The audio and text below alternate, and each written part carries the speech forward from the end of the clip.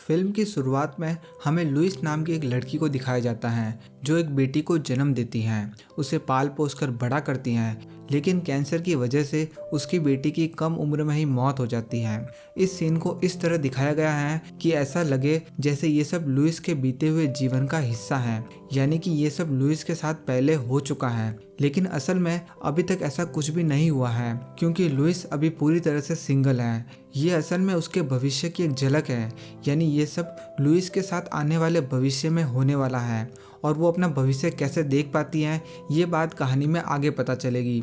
वर्तमान में doctor Louis एक टीचर हैं जो एक यूनिवर्सिटी में पढ़ाती हैं। वो एक लिंग्विस्टिक एक्सपर्ट भी हैं। लिंग्विस्टिक एक्सपर्ट वो लोग होते हैं जिन्हें कई भाषाओं की जानकारी होती है, और अभी न तो उसकी शादी हुई है और न ही उसकी कोई बच्ची है।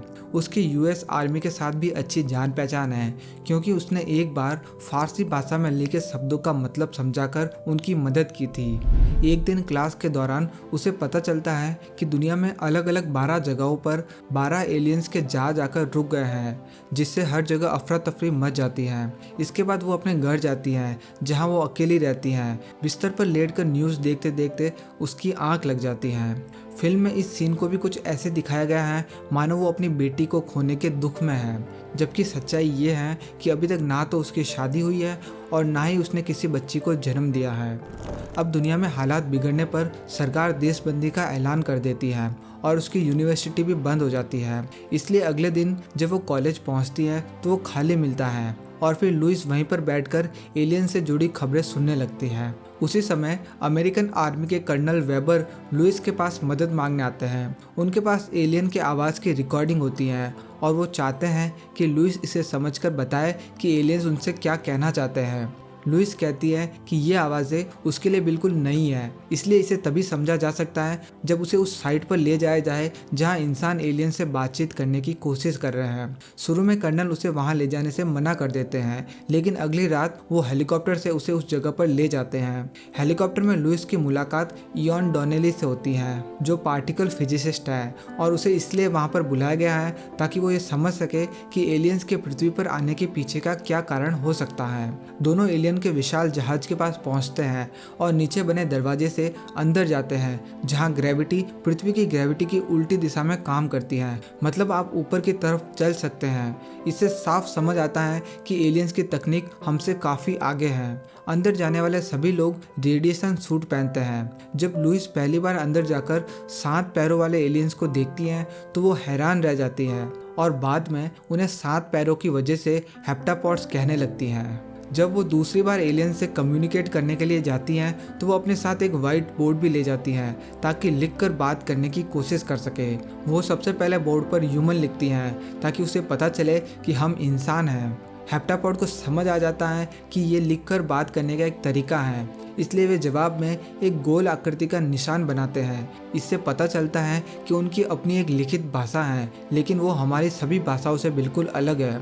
हमारी भाषा सीधी लाइन में चलती है, जबकि उनकी भाषा पूरी तरह सर्कुलर होती है और उनके आखिरी पॉइंट्स आपस में जुड़े हुए नहीं होते। अगली बार जब लुइस एलियन से मिलने जाती है तो वो अपना रेडिएशन सूट उतार देती है। वो बोर्ड पर लुइस लिखकर अपनी तरफ इशारा करती है, मतलब कि ये उसका नाम है। इयॉन भी अपना सूट उतारता है और लुइस बोर्ड पर इयॉन लिखती है। फिर इयॉन अपनी ओर इशारा करके एलियंस को बताता है कि उसका नाम इयॉन है। एलियंस उसकी बात समझकर 2 अलग अलग गोल निशान बनाते हैं जो उनके नाम होते हैं। इंसान उनकी भाषा समझ नहीं पाते, लेकिन इतना साफ हो जाता है कि उन दोनों एलियंस के भी अपने नाम हैं, और अपनी सुविधा के लिए लुइस और इयॉन उन्हें एबॉट और कॉस्टेलो नाम दे देते हैं। एलियंस की भाषा इंसानों से बिल्कुल अलग होने की वजह से उसे समझने में काफ़ी समय लगता है। करीब 1 महीने तक लुइस और इयॉन हर दिन जहाज पर आते हैं और उनकी भाषा सीखने की कोशिश करते हैं। उनका सबसे बड़ा मकसद यही था कि एलियन से ये पता चले कि वे पृथ्वी पर क्यों आए हैं। फिल्म में ज़्यादातर लुइस और इयॉन ही एलियन से बात करने की कोशिश करते हुए दिखाई देते हैं, पर इसका मतलब ये नहीं है कि दुनिया में और कोई ये काम नहीं कर रहा है। एलियंस 12 जहाज़ों के साथ आए थे और ये जहाज अलग अलग देशों में खड़े थे, इसलिए बाकी देश भी अपनी अपनी लोकेशंस पर उनसे बातचीत करने की कोशिश कर रहे हैं और एक दूसरे के साथ अपने रिजल्ट्स शेयर भी करते हैं।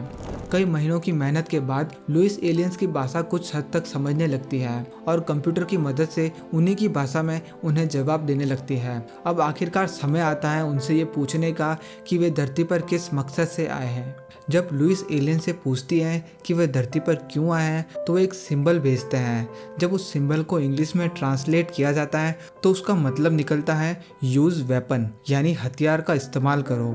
लुइस को लगता है कि शायद हम इसे गलत समझ रहे हैं। हो सकता है एलियंस किसी तरह की तकनीक शेयर करना चाहते हो और उन्हें टूल और वेपन के बीच का फर्क न पता हो, लेकिन उसकी बात कोई नहीं मानता।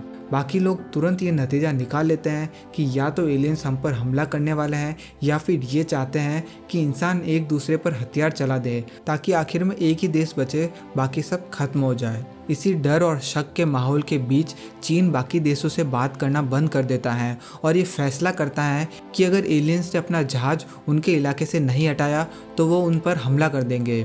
चीन की तरह कई और देश भी बाकी दुनिया से कम्युनिकेशन तोड़ देते हैं और अपने अपने प्लान्स पर चलने लगते हैं। इसी बीच अमेरिकन आर्मी के 4 ऑफिसर्स खुद ही ये मान लेते हैं कि एलियंस अब उन पर हमला करने वाले हैं, इसलिए वे चुपके से एलियंस के जहाज के अंदर टाइम बॉम्ब लगा देते हैं। इधर लुइस और इयान अभी भी परेशान हैं क्योंकि उन्हें लगता है कि यूज वेपन का जो मतलब हमने निकाला है वो शायद पूरी तरह सही नहीं है। इसका सही मतलब पता करने के लिए लुइस और इयान एक बार फिर एलियन के जहाज में जाते हैं और उनसे बात करने की कोशिश करते हैं, बिना ये जाने कि वो जहाँ पर खड़े हैं वहाँ आर्मी के 4 ऑफिसर्स पहले ही टाइम बॉम्ब लगा चुके हैं। अंदर जाते ही एलियन लुइस को बैरियर जैसी उस कांच की दीवार पर उनकी भाषा में लिखने का इशारा करते हैं। लुइस को यकीन नहीं होता कि वो ऐसा कर पाएगी, लेकिन जब वो कोशिश करती है तो वो सच में उनकी भाषा लिख लेती है। अब तक लुइस उनकी भाषा को कुछ हद तक समझने लगी थी, लेकिन पूरी तरह से नहीं, और इसी दौरान उसे बार बार भविष्य में जन्म लेने वाली अपनी बेटी की झलक भी दिखती रहती है। इसे वो एक सपना समझती है। जब लुइस एलियंस की भाषा में मैसेज लिखती है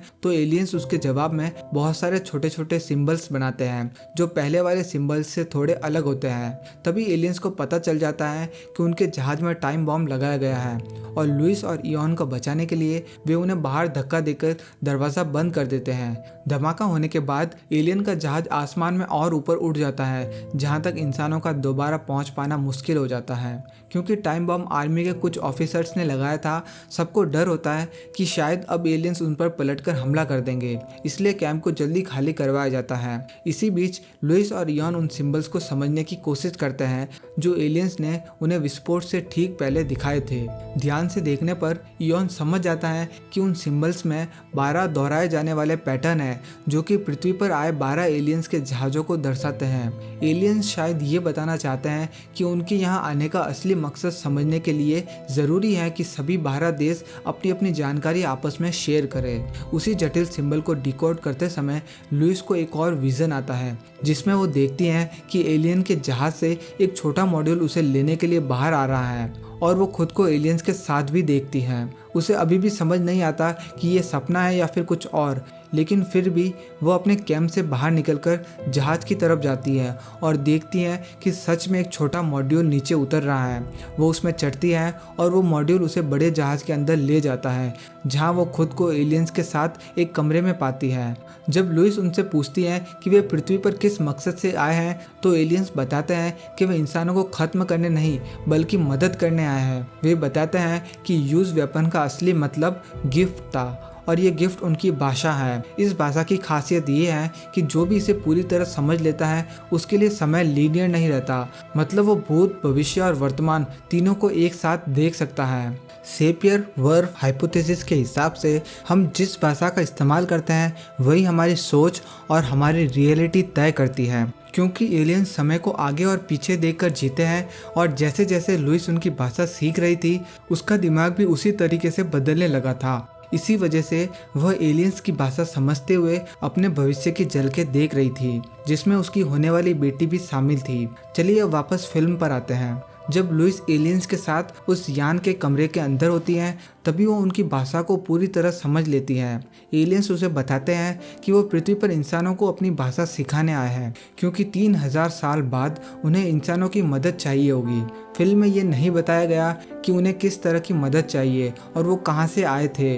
अपना मकसद बताने के बाद एलियंस लुइस को सुरक्षित बाहर लौटा देते हैं और आर्मी उसे वहां से ले जाती है। इस समय लगभग सारे देश एलियंस को दुश्मन मान चुके होते हैं और उनके यानों पर हमला करने की तैयारी कर रहे होते हैं। तभी लुइस को 18 महीने आगे का एक विजन दिखाई देता है, जिसमें वो देखती हैं कि दुनिया के सारे लीडर्स एक साथ हैं और एलियंस के खतरे से बचने की खुशी मना रहे हैं। चीन के लीडर जनरल शान उसके पास आकर कहते हैं कि वो इस कार्यक्रम में सिर्फ उससे ही मिलने आए हैं। वो उसका धन्यवाद करते हैं उस कॉल के लिए जो उसने 18 महीने पहले उनके प्राइवेट नंबर पर किया था। लुइस हैरान रह जाती है क्योंकि उसे याद है कि उसने कभी जनरल शान को कॉल नहीं किया था और न ही उसके पास उनका कोई प्राइवेट नंबर था। तभी जनरल शान अपना प्राइवेट नंबर उसे देते हैं और बताते हैं कि ठीक 18 महीने पहले उसने इसी नंबर पर फ़ोन करके वो आखिरी शब्द सुनाए थे जो उनकी पत्नी ने मरते समय कहे थे, युद्ध में विजेता नहीं बनते, केवल विधवाएं बनती हैं। यही बात सुनकर जनरल शान ने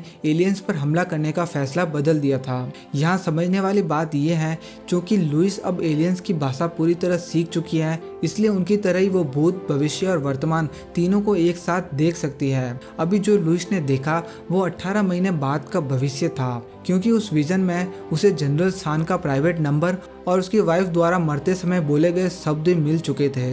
लुइस एक सैटेलाइट फोन चुरा लेती है और उसी के जरिए जनरल शान को कॉल करती है। इस समय जनरल शान वर्तमान में है और एलियंस के जहाज पर हमला करने वाले हैं, लेकिन जब लुइस उसे कॉल करके वो खास शब्द सुनाती है तो वो हमला रद्द कर देते हैं। चीन ने हमला नहीं किया और उसके बाद बाकी देशों ने भी कोई हमला नहीं किया, जिससे सब कुछ शांति से निपट जाता है और एलियंस धरती से शांतिपूर्वक चले जाते हैं। एलियंस की भाषा पूरी तरह समझने के बाद लुइस एक किताब प्रकाशित करती है जिसमें वो एलियंस की भाषा की बारीकियों को समझाती हैं ताकि बाकी लोग भी इसका फायदा उठा सके।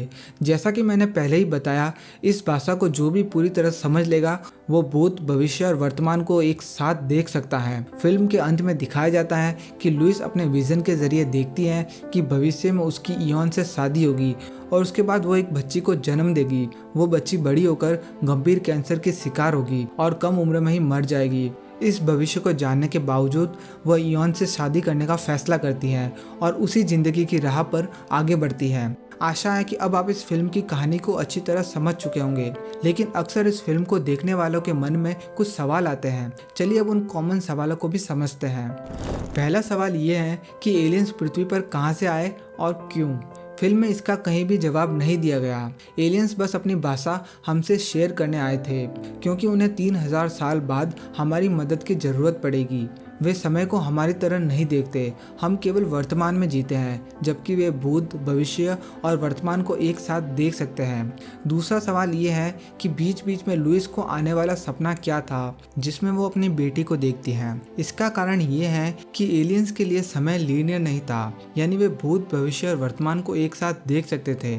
हमारी भाषा वैसी ही होती है जैसा हम दुनिया को देखते हैं, यानी हमारे लिए समय लीनियर होता है और इसीलिए हमारी भाषा भी लीनियर है, यानी left to right, right to left, ऊपर से नीचे या नीचे से ऊपर। क्योंकि एलियंस के लिए समय लीनियर नहीं था, उनकी भाषा भी लीनियर नहीं थी। उनके सर्किल जैसे सिंबल में एंड पॉइंट्स कभी नहीं मिलते और एक ही सिंबल में बड़ी बड़ी बातें कही जा सकती थी। जब लुइस उनकी भाषा समझने लगी तो उसका दिमाग भी उसी तरह रिवर्स होने लगा और उसने दुनिया को उसी तरह देखना शुरू किया जैसे एलियंस देखते हैं। इसलिए उसे अपना भविष्य दिखाई देने लगा। फिल्म में जहाँ भी उसकी बेटी दिखाई गई है वो वर्तमान की झलक या सपने नहीं, बल्कि आने वाले भविष्य की झलक थी। तीसरा सवाल ये है कि जनरल शान ने 18 महीने बाद लुइस के विजन में अपना प्राइवेट नंबर क्यों दिया और अपनी वाइफ द्वारा बोले गए अंतिम शब्द क्यों बताए। जब लुइस और इयॉन एलियंस की भाषा समझने की कोशिश कर रहे थे, उस समय दुनिया के बाकी साइंटिस्ट भी इसी कोशिश में लगे थे, लेकिन लुइस सबसे पहले इस भाषा को समझ पाई थी, इसलिए वो भविष्य देख पा रही थी। जबकि वर्तमान में सारे देश एलियंस पर हमला करने वाले थे। हो सकता है कि जनरल शान को ये भाषा बाद में समझ आई हो, जिससे वो भी भूत, भविष्य और वर्तमान देख सकने लगे। भविष्य वाले शान ने जब अपना अतीत देखा होगा तो उन्हें महसूस हुआ होगा कि लुइस उस समय भविष्य देखने में सक्षम है। इसलिए अगर मैं भविष्य में अपने कुछ सीक्रेट्स उससे शेयर कर दूं तो वो 18 महीने पहले ही मुझे एलियंस पर हमला करने से रोक सकती है। शायद इसी वजह से उन्होंने भविष्य में लुइस को अपने सीक्रेट्स शेयर किए। चौथा सवाल ये है कि जब एलियंस खुद भविष्य देख सकते थे तो उन्हें इंसानों की मदद की ज़रूरत क्यों थी। फिल्म में इसका कोई स्पष्ट जवाब नहीं है, लेकिन लुइस को दिखाया गया है कि उसे पहले ही पता था कि इयॉन उसका पति बनेगा और उसकी बच्ची होगी जो कैंसर से मर जाएगी और उसके बाद में उसका पति उसे छोड़ देगा। इसके बावजूद उसने अपनी वही ज़िंदगी चुनी। इससे यह पता लगता है कि लुइस भविष्य देख तो सकती थी लेकिन उसे बदल नहीं सकती थी। शायद एलियंस ने अपने भविष्य में देखा होगा कि 3000 साल बाद इंसान उनकी मदद कर रहे हैं और चूंकि वे भविष्य बदल नहीं सकते इसलिए वे इंश्योर करने आए थे कि सही समय पर उन्हें इंसानों से मदद मिले। पांचवा सवाल ये है कि जब लुइस और इयॉन दोनों मिलकर एलियंस की भाषा सीखने की कोशिश कर रहे थे तो ऐसा क्यों हुआ कि केवल लुइस को ही भविष्य दिखने लगा जबकि इयॉन को ऐसा कुछ भी नहीं हुआ। मुझे लगता है कि यहाँ पर डायरेक्टर की ओर से एक छोटी सी गलती हो गई है, क्योंकि दोनों ने लगभग समान समय एलियंस के साथ बिताया था तो फ्यूचर विजन भी दोनों को आने चाहिए थे, लेकिन केवल लुइस को ही आए। छठा सवाल ये है कि चूंकि लुइस ने उस भाषा को अपनी किताब के जरिए सबसे शेयर किया था तो क्या अब सभी पृथ्वीवासी भविष्य देखने के काबिल हो गए हैं। इसका जवाब है नहीं।